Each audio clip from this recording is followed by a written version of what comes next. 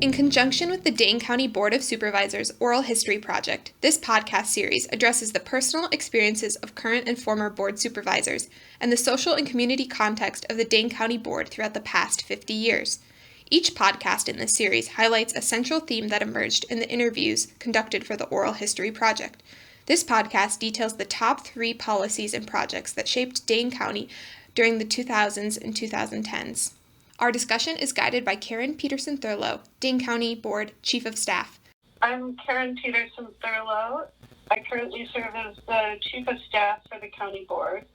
I've been in that role since 2012. Prior to that, from 1996 onward, as the policy analyst for the board. So I've worked with 6 county board chair, and I've worked with innumerable county board members over the course of time. And Elizabeth Doyle, District 1 Supervisor. I'm Elizabeth Doyle, and I'm the Dane County District 1 County Board Supervisor and represent downtown Madison. I was first elected last year in the 2019 special election and was re-elected in this spring's election. I serve on the Health and Human Needs Committee and was elected chair this term, and I also chair the Behavioral and Mental Health Subcommittee, which has been a really nice intersection with my day job, which is for the Wisconsin Department of Health Services as the section chief for their long-term care rate setting team. Diane Hasselbein was elected to the Dane County Board of Supervisors in 2008 and served until 2014. Hasselbein shares her appreciation for the board's work on equal benefits for county workers. I'm Diane Hasselbein. I think it's the votes. It's not really the days that you remember, it's the votes that you take that are the most interesting. I especially appreciated Chuck Erickson and Kyle Richmond's work on equal benefits for people. That was wonderful. That was just a great thing that they did for Dane County. They worked really hard on that, and so did Scott McDonald. Melissa Sargent was elected to the Dane County Board of Supervisors in 2010 and served until 2014. Sargent also remarks on the importance of securing equal benefits for county workers. My name's Melissa Sargent.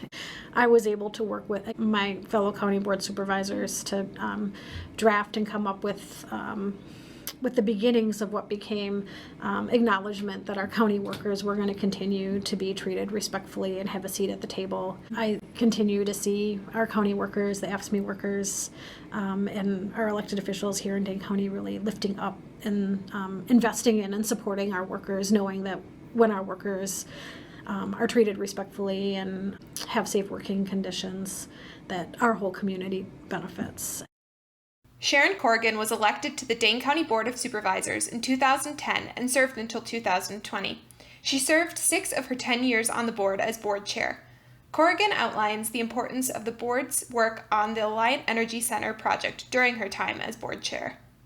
I'm Sharon Corrigan. The work on the Alliant Energy Center, it's important work for the future of our community because we can't be approaching this facility that exists to bring people into our community, and it's an economic development tool. We don't have a whole lot of areas in which the county really directly impacts economic development in this area, other than making it a place that people want to live. But the Alliant Energy Center is tremendously important to the economic development of our community. It's situated in a part of our community that has needs because of poverty, and there are a number of social needs in that area. We have the potential to help so much more even, and it's a facility that we know if we don't make some changes at, the county is going to have to put money into running it, and instead of having it exist on its own revenues. If we're putting money into it, we want it to be that the county is bringing in more money as a result of that, and that we're giving a benefit to the community, not just be putting money into something that is kind of gradually reducing in its impact on the community.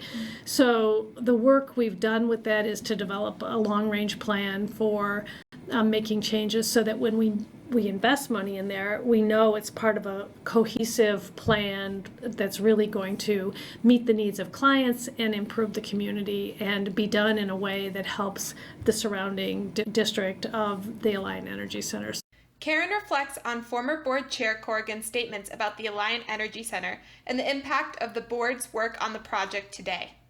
There was a market study, there was a master plan, there's now a redevelopment committee to discern how one could implement a master plan. I think as we work through this very unusual year of kind of shutdown and pandemic, I would say that having this facility has meant that it's a resource in good times and in bad. For more information about the policies and projects referenced in this podcast, please check out the Oral History Project report located on the Dane County website.